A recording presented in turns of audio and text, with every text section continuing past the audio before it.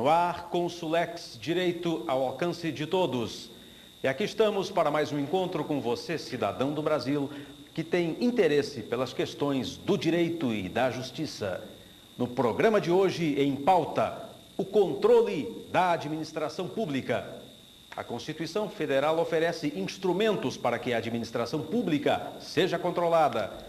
Tribunais de Contas, Poder Legislativo, Poder Judiciário e instrumentos colocados à disposição da sociedade organizada e dos cidadãos.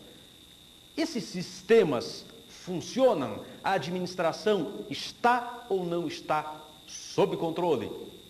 Para debater essa matéria, estão conosco nos estúdios de Consulex o Dr. Jorge Ulisses Jacobi Fernandes, procurador do Ministério Público junto ao Tribunal de Contas do Distrito Federal, professor de Direito Administrativo, conferencista especializado em controle da administração pública, Dr. Valdir Leôncio Júnior, juiz de Direito da Terceira Vara da Fazenda Pública do Distrito Federal, desembargador substituto com 15 anos de magistratura, Dr. Flávio Dino, juiz federal, atualmente convocado para o Tribunal Regional Federal da Primeira Região.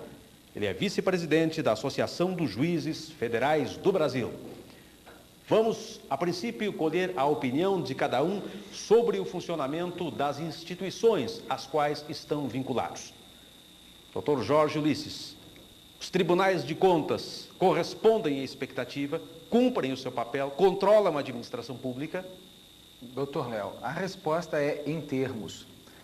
Nós temos uma estrutura operacional e uma competência constitucional capaz de fazer frente a grandes demandas no controle da administração pública, mas algumas deficiências estruturais precisam ser corrigidas. É essa a oportunidade do debate que eu queria agradecer ao seu programa.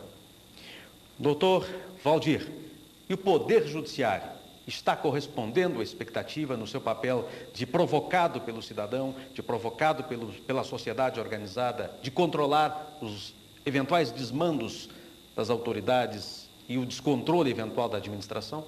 Eu não tenho a menor dúvida de que sim. O Poder Judiciário, desde que provocado pelos canais competentes, tem dado a resposta adequada, a resposta da lei a todos os casos que lhe são encaminhados. Doutor Flávio, e a Justiça Federal? Como está, em particular, a Justiça Federal no cumprimento desse papel? A Justiça Federal ela, foi criada há mais de 100 anos atrás no Brasil e é composta hoje por aproximadamente 700 juízes em todo o país. Ela atende a uma demanda superior hoje, seguramente, a 2 milhões de processos. No ano de 1998, os 700 juízes produziram aproximadamente 500 mil sentenças e foram ajuizadas 800 mil ações novas. Então, esses dados estatísticos já permitem vislumbrar que, de fato, há insuficiências no funcionamento geral da justiça, no atendimento ao cidadão e também, evidentemente, no que tange ao controle da administração pública. A propósito, vamos saber como funciona um Tribunal de Contas. O que é uma Corte de Contas?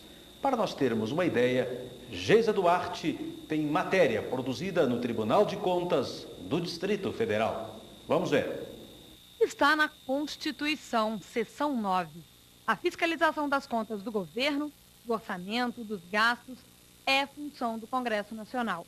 Para auxiliar o trabalho de deputados e senadores neste controle externo, foi criado o Tribunal de Contas da União e um tribunal para cada estado brasileiro. O do Distrito Federal funciona neste prédio ao lado do Palácio do Buriti, com uma arquitetura moderna, simples e funcional. Aqui trabalham 600 funcionários, praticamente todos concursados. Todo ano, o tribunal faz uma análise técnica das contas do governador do Distrito Federal e elabora um parecer. Mas quem vai dizer se essas contas estão ou não aprovadas é a Câmara Legislativa. Os contratos, as licitações e as contas de todos os administradores públicos têm que ser aprovadas aqui pelo Tribunal de Contas, que ainda faz análise sobre a legalidade das demissões, dos pedidos de contratação de pessoal e também de aposentadoria. Além disso, o tribunal pode ser acionado para fazer auditorias e inspeções. Neste plenário são realizadas as sessões de julgamento dos processos 7 conselheiros podem votar e acompanhar ao mesmo tempo os votos dos colegas através do novo sistema de informática. O Ministério Público também participa do Tribunal de Contas. 4 procuradores analisam a legalidade de cada um dos processos. Só no ano passado, o Tribunal de Contas apreciou mais de 11 mil, 2.800 só de aposentadoria. O tribunal tem uma sala de atendimento onde as pessoas recebem orientações e explicações sobre o andamento dos processos. Muitos são chamados aqui acusados de terem cometido irregularidades em contas públicas ou responsabilizados pelo desaparecimento de algum bem público. Consulex, direito ao alcance de todos, que oferece ao debate no programa de hoje os instrumentos de controle da administração pública. Eu vou perguntar ao professor Jorge Ulisses Jacobi Fernandes. No Tribunal de Contas do Distrito Federal ou nos tribunais de contas, a partir da sua experiência como conferencista de dimensão nacional, quais são as irregularidades mais frequentes que as Cortes de Contas examinam? Doutor Léo, o Tribunal de Contas ele tem uma demanda de papel que é criada por força de normas. Então, numa média de 12 mil processos anuais no Tribunal de Contas do Distrito Federal, 1/3 desse número é de processo de aposentadoria, pensão e reforma. Ou seja, nós examinamos um por um dos processos. Isto é tempo, mas é um tempo que em termos de dinheiro é até justificável, porque o Distrito Federal consome 80% da sua receita com despesa de pessoal. Então, é uma dimensão adequada esse 1/3. O outro 1/3 nós podemos colocar as contas anuais e as contas especiais, aquelas que são instauradas quando ocorre um dano ao erário. São dilapidações do patrimônio público, aplicações irregulares de verbas públicas, as tomadas de contas especial. Isso acontece com uma certa frequência, doutor Jorge? Isso acontece com bastante frequência. A lei, inclusive, estabelece que se a autoridade for omissa na instalação da tomada de contas especial, ela atrairá para si a responsabilidade solidária, ou seja, a omissão da autoridade superior tem um preço muito caro, embora a maior parte dessas autoridades não conheçam essa norma, o artigo 9º da Lei Complementar número 1 local, que aliás é repetido em todas as leis orgânicas de tribunais de contas do Brasil. Na esfera federal é o artigo 8º da Lei 8443. E ainda uma pequena parcela... Eu interrompo, professor Jorge, para observar os nossos telespectadores que a tomada de contas especial a que se refere, doutor Jorge Ulisses Jacobi Fernandes, é um instrumento, se bem sei, para recuperar o dinheiro público, para recuperar prejuízos causados ao erário. Estou correto? Exatamente. Pergunto agora, doutor Jorge, esse dinheiro volta ou os processos são instaurados e amontoam-se papéis, amontoam-se volumes, amontoam-se autos e o dinheiro propriamente dito não retorna aos cofres públicos? Doutor Léo, a estatística é muito triste. Dos processos em que o Tribunal de Contas chega efetivamente à condenação, pouco mais de 10% a 20% nós conseguimos obter o ressarcimento. Então, nós trabalhamos com 2 tipos de devedores. Os que são flagrados, os que cometem uma irregularidade e se dispõem a pagar, que é uma grande massa, um grande contingente, e os que se negam a efetuar o pagamento. Desses, os casos vão para a Justiça e menos de 20% nós conseguimos obter o ressarcimento. Há uma enorme dispersão de esforços, porque o Tribunal de Contas não pode fazer a execução direta dos seus julgados, porque não integra o Poder Judiciário. Então, nós acabamos manietados. A última estatística da esfera federal revela números assustadores. De 1.300 e poucas condenações, pouco mais de 80, 90 processos chegaram à satisfação do débito. Pergunto por fim, doutor Jorge, se em o Tribunal de Contas operando na identificação das irregularidades, mas sem obter o retorno dos recursos aos cofres públicos, não será o Tribunal de Contas mais um ente a causar ônus ao contribuinte brasileiro sem resultado à sociedade? Doutor Léo, nós precisamos distinguir aqui 2 papéis importantes, o papel orientador, o papel didático, pedagógico. Isso o Tribunal de Contas exerce muito bem. Efetivamente, na recomposição do dano, não por culpa sua, mas por causa de um sistema, a estrutura não permite uma atuação como nós gostaríamos que fosse. Depois nós conseguimos uma condenação, nós somos obrigados a entregar um outro processo para um outro órgão, iniciar uma execução frente a outro órgão.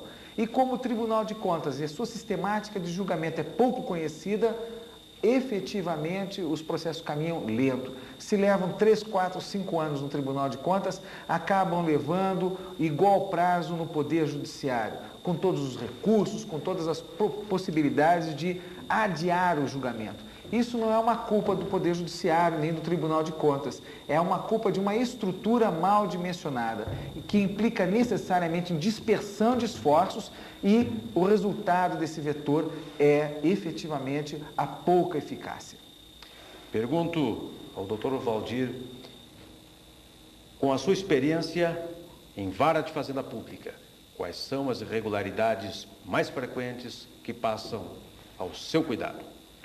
Bom, nas varas da Fazenda Pública, infelizmente, o que nós constatamos, assim como na Justiça Federal, é o elevado número de demandas contra a União, contra os órgãos públicos, contra os entes públicos.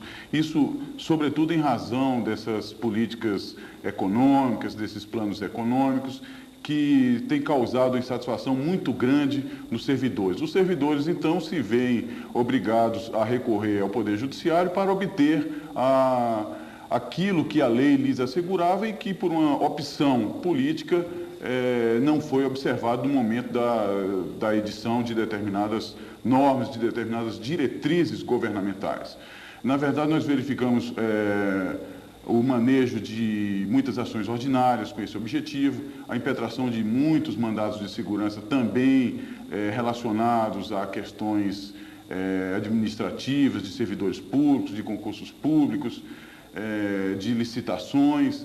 Essas, em suma, são as demandas que mais chegam ao Poder Judiciário, sempre tendo o Poder Executivo, a administração, no polo passivo como réu nesse processo.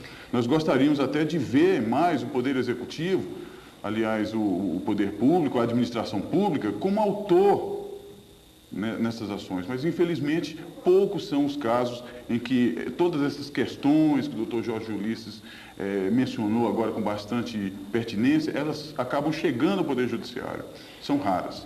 Dr. Valdir, mais uma vez apelo à sua experiência perguntando o seguinte, aqueles processos que passam aos seus cuidados, examinando o que está por trás das irregularidades.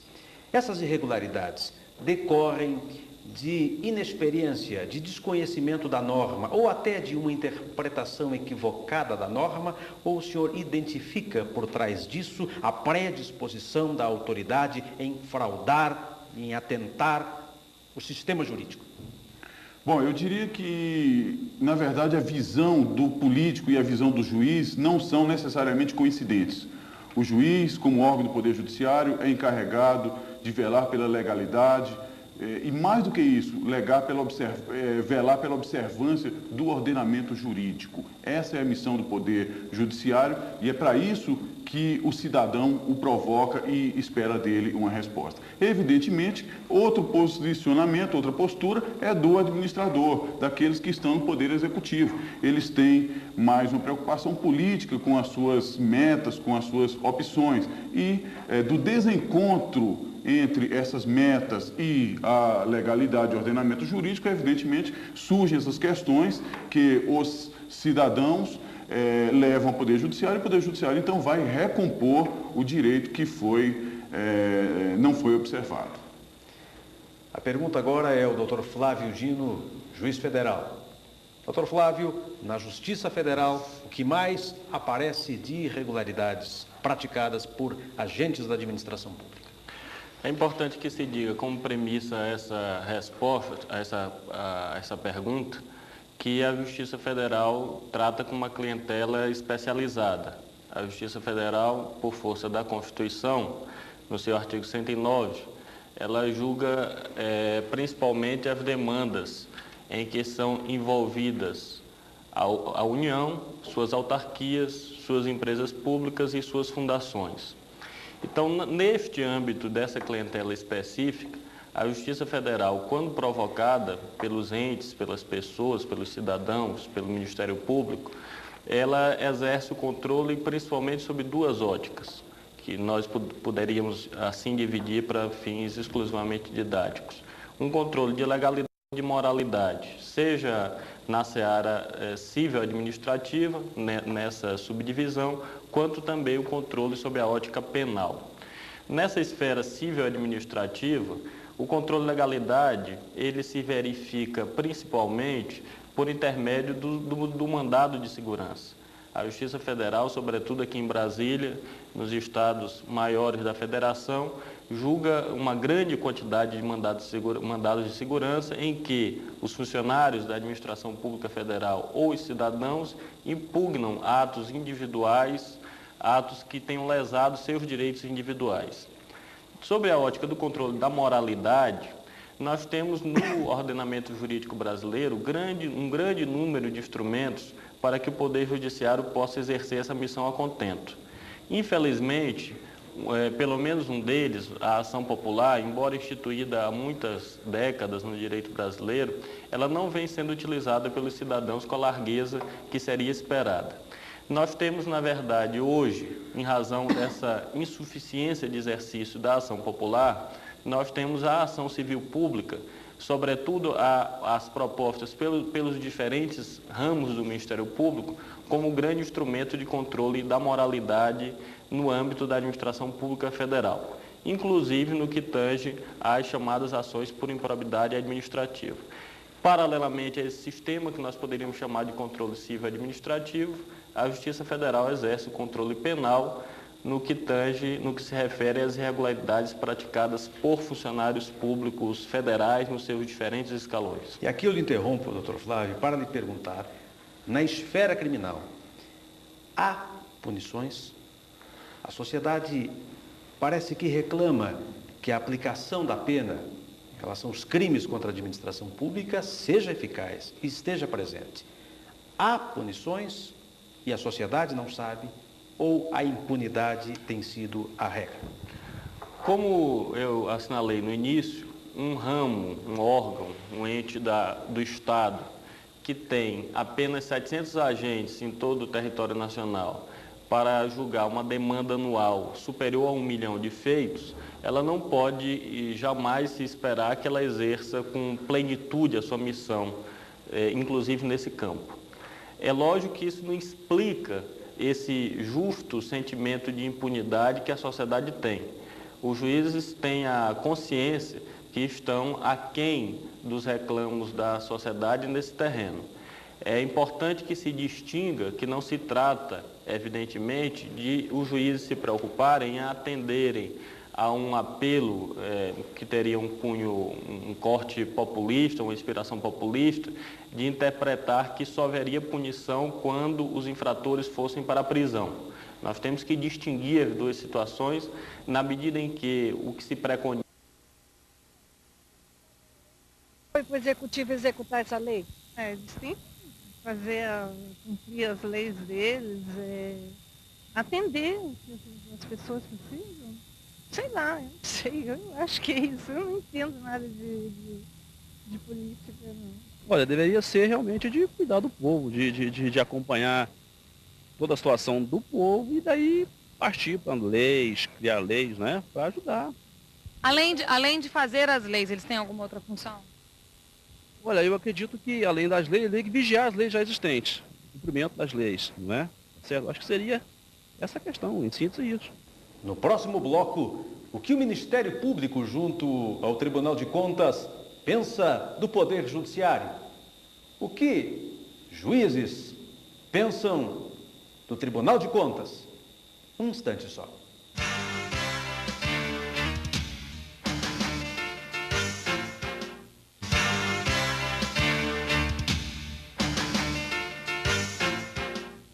Consulex, direito ao alcance de todos, que traz a discussão, o controle da administração pública, os instrumentos de controle e a sua eficácia ou não.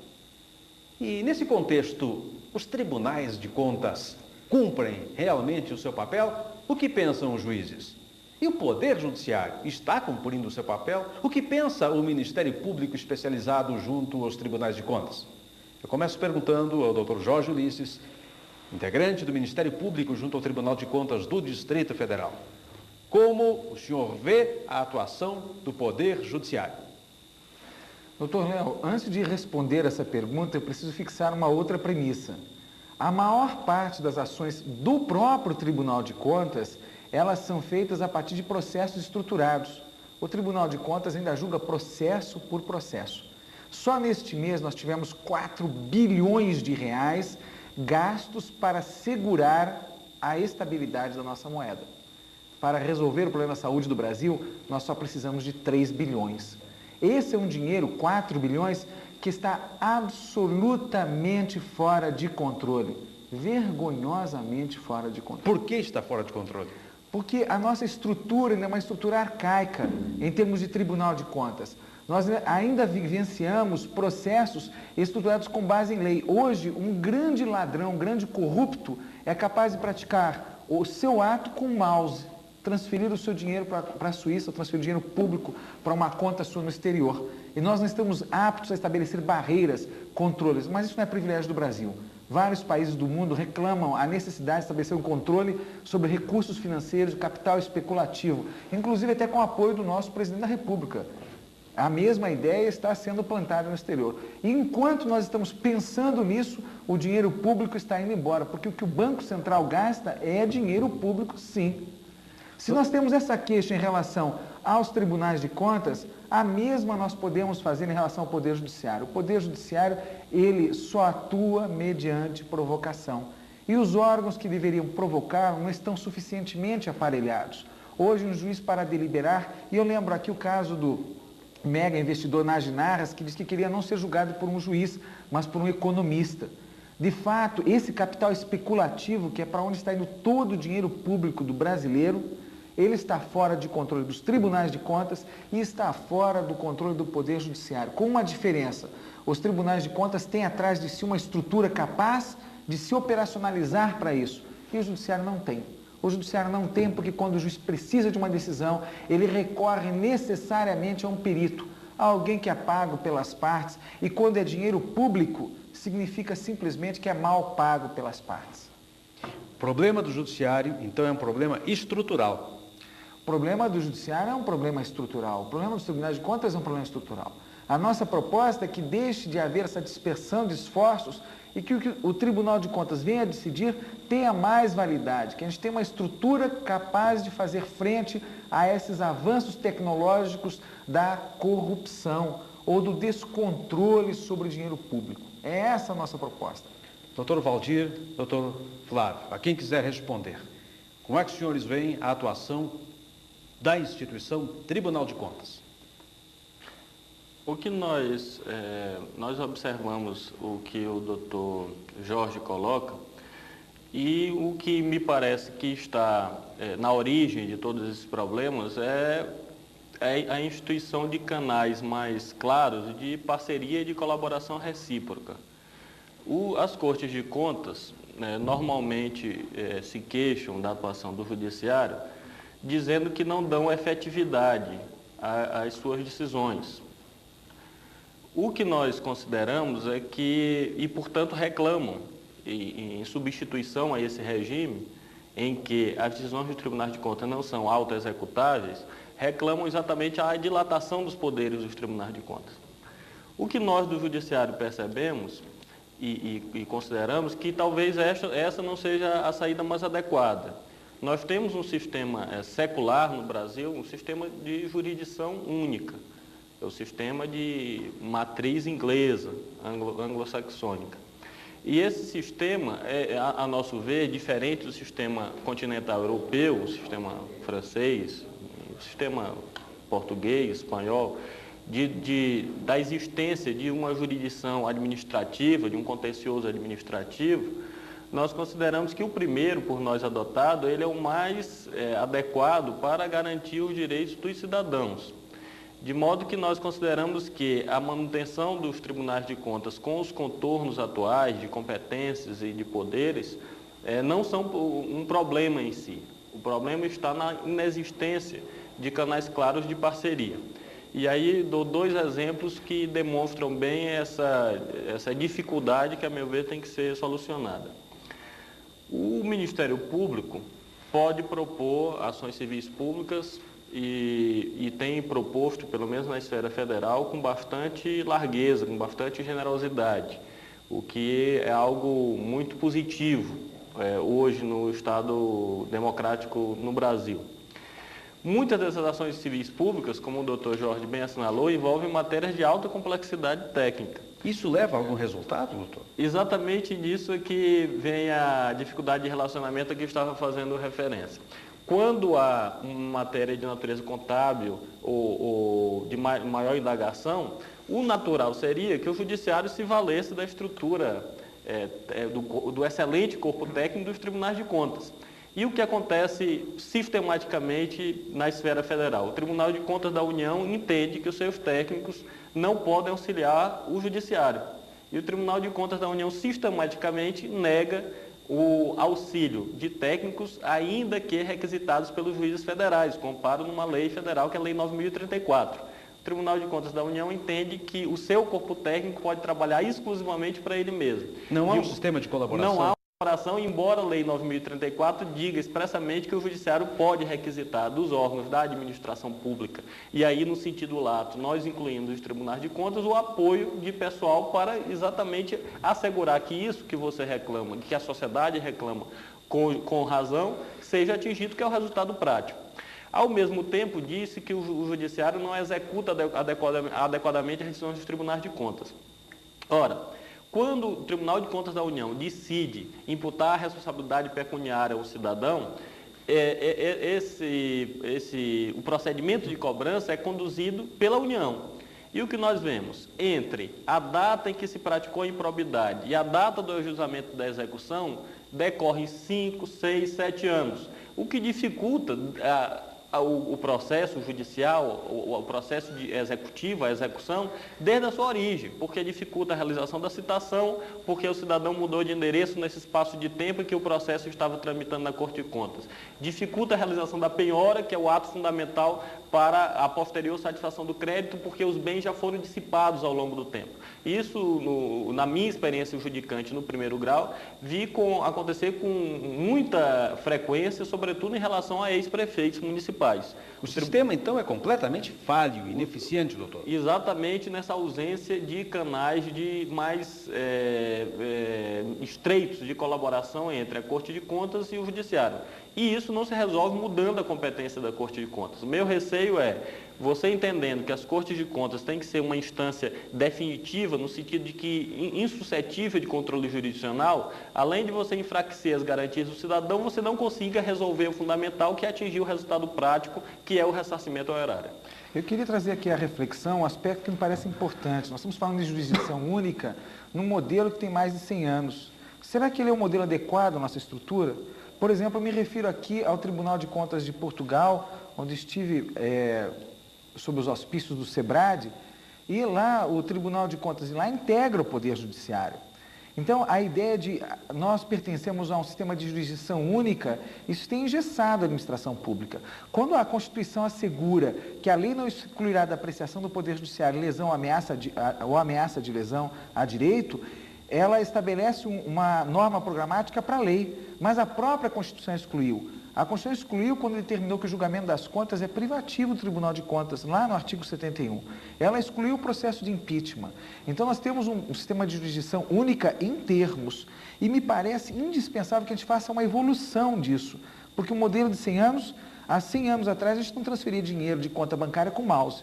Né? Doutor Hoje Jorge, a gente transfere. O senhor trouxe à colação a experiência do Tribunal de Contas de Portugal, em que os componentes do Tribunal de Contas são juízes. Exato. São juízes conselheiros que entram para a Corte de Contas pelos seus méritos técnicos. Pergunto, a forma de composição das Cortes de Contas no Brasil está adequada ou está fora da realidade e das necessidades? Eu lembro, antes da sua resposta aos nossos telespectadores, que observava há poucos dias informação em um livro de importante jornalista que retratava o quadro de um Tribunal de Contas do país, em que o presidente do Tribunal de Contas tinha ganhos na ordem de R$ 42 mil por mês. Enquanto dizia esse trabalho, o presidente do Tribunal de Contas da União ganhava R$ 12.000. Quer dizer, aqueles agentes que estão nas cortes de contas para zelar pelo dinheiro do contribuinte não estarão eles próprios a dilapidar o patrimônio do cidadão? Aqui eu tenho orgulho de dizer que no Tribunal de Contas Federal o teto de remuneração é rigorosamente observado. E a sua observação em relação ao critério, às formas de preenchimento das vagas, realmente a gente sempre se prende à ideia ortodoxa. Se cabe ao Poder Legislativo estabelecer quem vai arrecadar os recursos públicos, a ele vai competir a fiscalização e acabam entendendo que os 2/3 das vagas pertencem a deputados e senadores ou a deputados distritais, no caso do Distrito Federal. O que não é verdade. Cabe a eles a escolha de 2/3 dos seus integrantes. E me parece, honestamente, que o critério não é correto. O critério poderia ser estabelecido segundo uma proposta que já formulamos, inclusive ao Congresso, a parlamentares integrantes do Congresso Nacional, mediante concurso público, misturado com integrantes da magistratura terem acesso aos tribunais de contas. A absoluta omissão da OAB, dos Conselhos Regionais de Economia e Administração, nos critérios de escolha é injustificável, porque exige-se necessariamente a formação ou jurídica, ou econômica, ou contábil, ou de administração pública. E esses órgãos têm sido omissos na fiscalização do preenchimento dessas vagas. Então não nos parece adequado. O modelo português nos parece mais adequado a esse sistema. No próximo bloco, também a imprensa e o controle da administração pública. Um instante só.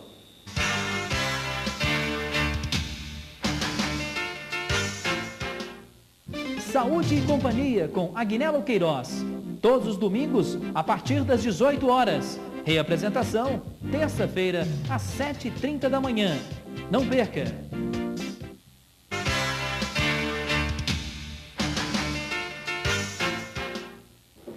Consulex, direito ao alcance de todos, traz à discussão no programa de hoje o controle da administração pública. A propósito, já está sendo produzido o novo número de Consulex, a mais importante publicação jurídica no país. É uma leitura obrigatória dos profissionais do direito. Você quer conferir como está sendo feito o próximo número de Consulex? Carlos Eduardo. Léo, a edição do mês de setembro da revista Consulex já está no forno aqui na redação e quase pronta para sair. As principais reportagens são, para começar, uma entrevista com o juiz Antônio Souza Prudente, na matéria intitulada Um Juiz Cidadão. O juiz Antônio de Souza Prudente é responsável, entre outras coisas, pela sentença definitiva sobre inconstitucionalidade da cobrança da contribuição previdenciária dos servidores inativos. Ele também foi responsável por decisões relacionadas à cobrança da CPMF, à proibição da cobrança e também sobre a proibição do cultivo de alimentos transgênicos no país. Ainda há outro destaque, que é esta matéria que trata do aumento alarmante do número de estupros no país. E ainda um terceiro destaque, essa matéria intitulada Cães Assassinos, que trata da legislação referente a cães, como por exemplo os da raça Pitbull, que tem causado problemas em todo o país devido à violência desses animais. Esses são os principais destaques das matérias da revista Consulex, da edição do mês de setembro. Léo. Hoje estamos aqui discutindo os instrumentos de controle da administração pública. Eu quero lembrar que o professor Jorge Ulisses, que está aqui conosco, tem uma proposta de um novo modelo, unificando os sistemas hoje existentes, para que, no dizer dele, seja eficiente o controle da administração pública. Eu quero a opinião do Dr. Valdir Leôncio sobre esse sistema de unificação. Bom, eu tenho minhas dúvidas a respeito da eficiência dessa unificação das jurisdições, da jurisdição do Tribunal de Contas com a jurisdição do Poder Judiciário. Isso porque nós sabemos que, além daquelas formas tradicionais de solução dos conflitos de interesses por meio do processo, existem também aquelas formas alternativas, como decorrência muitas vezes, como é o caso do Tribunal de Contas da União e dos demais tribunais de contas, da chamada jurisdição anômala. O Poder Judiciário não pode ingressar no mérito das decisões dos tribunais de contas. E isso é bom. Isso é bom porque, efetivamente, os tribunais de contas devem contar com um corpo técnico altamente qualificado, para resolver essas questões, pessoas com formação em contabilidade, administração de empresa, uma série de informações que o juiz de direito não tem, porque o juiz brasileiro é um juiz que sai da faculdade com o instrumental técnico, conhecendo as leis, conhecendo o ordenamento jurídico, conhecendo o sistema, conhecendo filosofia, conhecendo uma série de ciências, mas, evidentemente, não pode ser um grande enciclopedista, não pode ter conhecimento de tudo. E no interior desse país, por exemplo, em que às vezes há na comarca um único magistrado, ele acaba julgando as questões cíveis, a ação de separação judicial, a ação de divórcio, e acaba examinando as questões relativas à administração pública do município. Veja bem, para essas questões individuais, esse juiz tradicional responde satisfatoriamente, isso não há a menor dúvida.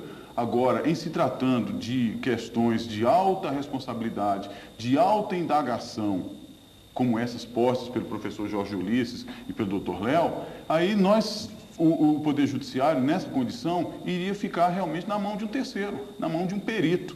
Iria, por falta de maior especialização do magistrado, ele teria de confiar naquele laudo, naquela experiência que lhe está sendo trazida. E isso poder-se-ia questionar, mas não seria o caso, então, do Poder Judiciário se especializar? Eu diria, o Poder Judiciário se especializa dia a dia.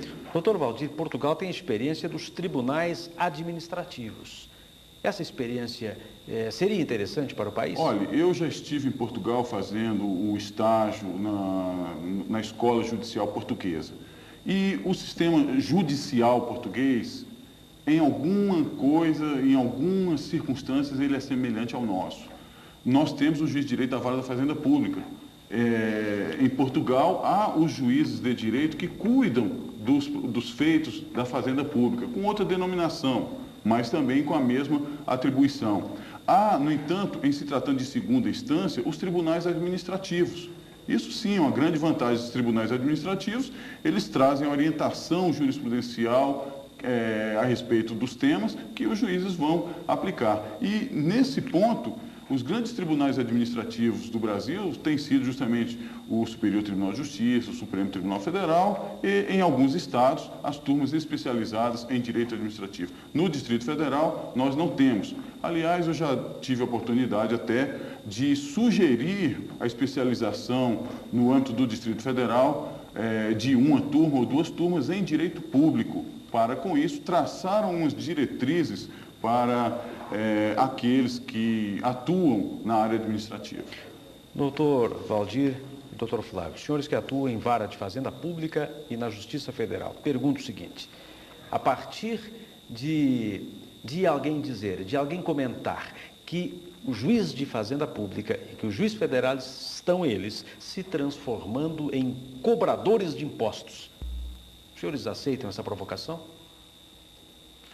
O fato de o judiciário se prestar também à cobrança de impostos, de tributos de um modo geral, eu não considero nenhum demérito. Pelo contrário, é fruto exatamente desse sistema que nós temos no Brasil de assegurar as mais amplas garantias ao cidadão. É importante recuperar a matriz histórica disso. Não é à toa que nós temos o sistema de jurisdição única no Brasil. E por que nós temos um sistema diferente na França, por exemplo, que é a matriz de todo esse sistema de dualidade de jurisdições e, portanto, de supressão do juiz ordinário das causas que envolvem a administração pública? O judiciário francês, ao tempo da Revolução Francesa, era um dos ramos mais corruptos do Estado. E é evidente que a revolta popular se dirigia também contra o juiz. Qual foi a saída engendrada, então? Limitar fortemente os poderes do judiciário. Então, o judiciário continental europeu é um judiciário composto por quase funcionários do executivo, com pouquíssimas atribuições, que, portanto, não sequer encarnam rigorosamente a ideia de poder. No Brasil, nós consideramos que a manutenção do sistema de jurisdição única é fundamental para evitar exatamente a atividade arbitrária da administração. Então, nesse sistema, é lógico que você não pode atribuir à própria administração ou a órgãos administrativos a atribuição de modo autônomo cobrar os próprios tributos, porque nós vamos quebrar essa lógica de submissão a um terceiro imparcial, um terceiro não interessado, que é o juiz, a atividade de regrar todas as situações que tenham pelo menos um potencial de contenciosidade, que é o caso da atividade de cobrar tributos. Existe, doutor, permita que eu lhe interrompa, existe também a tese da penhora administrativa. O que o senhor acha disso? A administração penhorando e reservando o Poder Judiciário somente para o enfrentamento, na hipótese da defesa. Eu acho que essa pergunta tem que ser feita em primeiro plano aos cidadãos. Os cidadãos vão se sentir tranquilos, vão dormir tranquilos com o Poder Executivo, os órgãos do Poder Executivo tendo mais essa atribuição? Essa é a pergunta fundamental. Nós consideramos que num sistema de escassa num país de escassa tradição republicana como o Brasil, em que a administração pública tem uma forte inspiração patrimonialista, em que larga medida é submetida aos interesses privados, em que a quantidade de legalidades e moralidades de arbítrio na administração pública não pode ser comparáveis, por exemplo, com a administração francesa, nós consideramos isso uma atividade de alto risco. Acha temerário? Eu acho temerário e acho que os cidadãos brasileiros não se dispõem a correr esse risco. Doutor Valdir tem posição também, parece que contrário. Não. Eu até diria, concordando absolutamente com o nosso colega Flávio Tino, eu até diria que mecanismos há para o Poder Executivo atuar pelo instrumental jurídico existente, instrumental processual, acautelatório. Eu não vejo requerimento nenhum de providência cautelar, de arresto, de sequestro, como medidas preventivas visando a posterior cobrança de importâncias devidas aos cofres públicos. O que se verifica na prática, quando se diz que o Poder Judiciário se transformou num grande cobrador de impostos, é uma grande frustração, porque, infelizmente, há um volume muito grande de executivos fiscais chegando às varas de fazenda e varas federais, executivos esses que já chegam com informações defasadas. Os devedores não são encontrados e dificilmente esses executivos vão adiante. Isso acaba emperrando a máquina judiciária. Na realidade, esses executivos, eles acabam realmente só acumulando de processos nas prateleiras dos tribunais e depois o Poder Judiciário é tido como ineficiente. Ele é ineficiente porque ele não é milagroso. Evidentemente, para que ele pudesse funcionar razoavelmente, ele deveria ser acionado no momento adequado. Se ele é acionado com atraso, ele vai encontrar uma situação já concretizada e com a qual ele não tem condições de lutar. Doutor Léo, em resumo, a situação poderia se traduzir com uma imagem de sabor bem popular. O judiciário é uma criança que está doente, que tem problemas. O remédio não é matar a criança. O remédio é buscar as saídas para que essa instituição, o judiciário, possa cumprir as suas funções. Então, não é reduzindo as competências do judiciário que vai se resolver o problema do judiciário. Então, todas essas visões de alargamento das instâncias administrativas, de aumento das atribuições de outros órgãos que não os órgãos judicantes, nós reconhecemos como tentativas bem intencionadas de resolver o problema de uma máquina judiciária que não funciona bem, como demonstramos não resolve na primeira. E ainda pode criar um novo problema. Exatamente, isso é a nossa constatação, a nossa visão. E a imprensa? A imprensa também tem um papel importante no controle dos atos da administração pública. A matéria é de Carlos Eduardo. Praça dos Três Poderes, em Brasília. Centro nervoso das decisões do Executivo, Legislativo e Judiciário, está todos os dias sob a mira de centenas de jornalistas do Brasil e do exterior. Profissionais que se acotovelam em movimentados comitês de imprensa, como este do Palácio do Planalto. Entre repórteres, cinegrafistas e fotógrafos, são 280 profissionais credenciados para acompanhar de perto as decisões do Executivo. Um deles é o repórter Estevão Damásio, da Rádio CBN. Com 9 anos de profissão, cobre a presidência da República há 6, sempre defendendo a ideia de que uma imprensa livre é básica para a manutenção da democracia. Existe uma importância muito grande na cobertura da imprensa sobre o poder público, principalmente no sentido não só de esclarecer o público, mas também de fazer denúncias. Eu acho que sim, nós tivemos um exemplo recente, que foi o impeachment, que levou ao impedimento político do ex-presidente Fernando Collor de Mello, vindo ou motivado principalmente pelas pressões da imprensa e, consequentemente, da mobilização popular que se criou. Eu acho que um papéis principais da imprensa, os jornalistas que cobram o poder público, os governos nos níveis federal, estadual ou municipal, tem que ser de ficar atento, alerta, exaltar, sim, quando o governo acerta e também ter uma postura mais crítica quando o governo comete erros, principalmente aí relacionados à política econômica ou às políticas sociais. Existe a afirmação de que a imprensa livre é um dos pilares da democracia. No caso específico do Brasil, a imprensa, ela é livre, ela tem a liberdade de cobertura em relação ao poder público? Teoricamente, sim.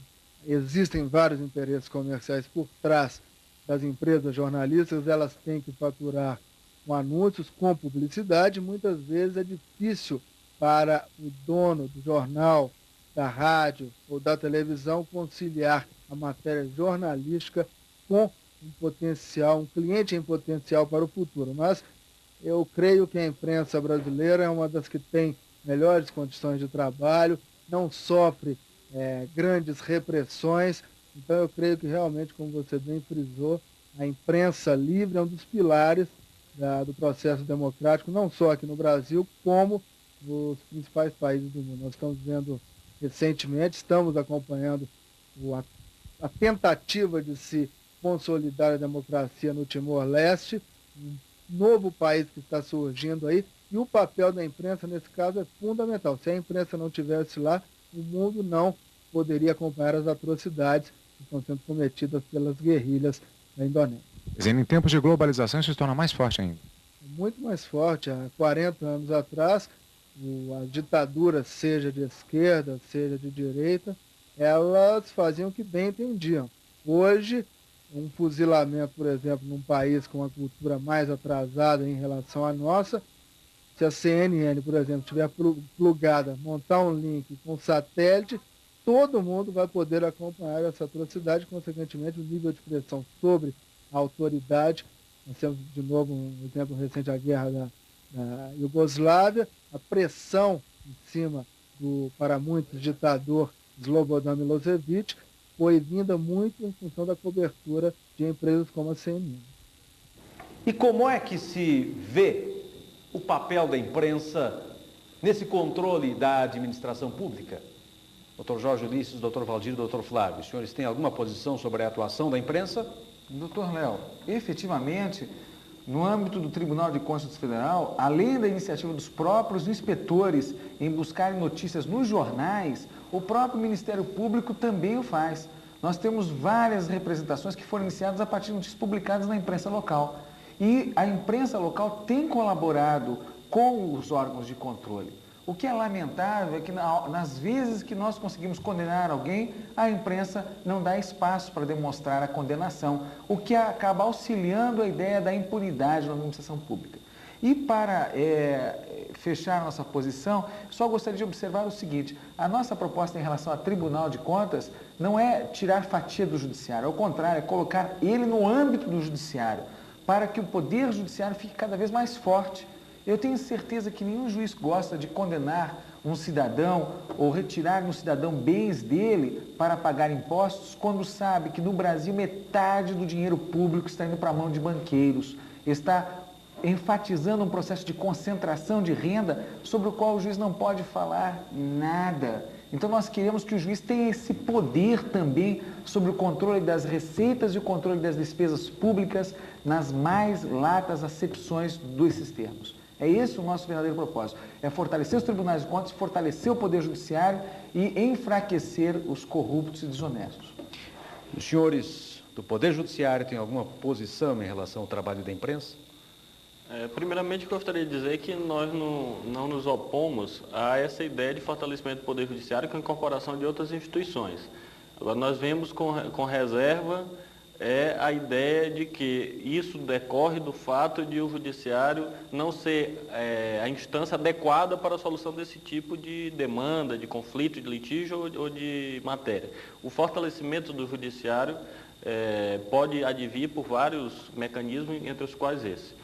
No tocante à imprensa, nós podemos dizer hoje que, sobretudo a partir do início dos anos 90, nós temos evoluído em larga medida nesse relacionamento sempre conflituoso e marcado por incompreensões. Acho que nós já superamos, inclusive, a fase de discutir que o grande problema seria a falta de consonância entre as linguagens da mídia e a linguagem do juiz. É evidente que é diferente, mas me parece que o grande problema hoje é adequar os ritmos. O ritmo da mídia é o ritmo da sociedade de massa contemporânea, é o ritmo da instantaneidade. E o ritmo do judiciário não pode ser esse, sob pena de se gerar o arbítrio e a ditadura. Doutor Valdir?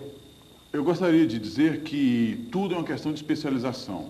Evidentemente que para falar com a imprensa é necessário que haja um canal adequado. E eu sou defensor, no âmbito do Poder Judiciário, das assessorias de comunicação. Acredito que essas assessorias de comunicação devidamente estruturadas, funcionando corretamente, poderiam contribuir muito para uma aproximação com a imprensa, para traduzir para a imprensa aquilo que ocorre cotidianamente nos tribunais e que nem sempre é levado ao conhecimento do público. A imprensa, evidentemente, tem as suas dificuldades em se relacionar com o Poder Judiciário, como nós também, do Poder Judiciário, temos as nossas dificuldades em nos relacionarmos com a imprensa. Então, canalizados esses esforços de aproximação por meio de profissionais, acredito que isso seria altamente proveitoso para a sociedade. O meu empenho, a minha preocupação é voltada nesse sentido, que eu acredito que, com isso, o próprio Poder Judiciário poderá ter condições de ser melhor compreendido, ser mais acionado no seu verdadeiro papel, porque hoje o Poder Judiciário, infelizmente, ele é visto como inimigo da sociedade, como um peso morto. Nós, juízes, muitas vezes somos confundidos com pessoas que têm privilégios. Nós não temos privilégios, somos pessoas que trabalhamos arduamente, estudamos muito, estamos de espírito aberto, justamente para fazer jus à expectativa do cidadão. Nós queremos que o cidadão tenha o seu day at court todo dia perante o Poder Judiciário. Consulex, direito ao alcance de todos. O programa, na edição de hoje, trouxe o debate sobre os instrumentos, os instrumentos de controle da administração pública. O julgamento final é de você que está em casa. Até o próximo programa. Obrigado, Brasil.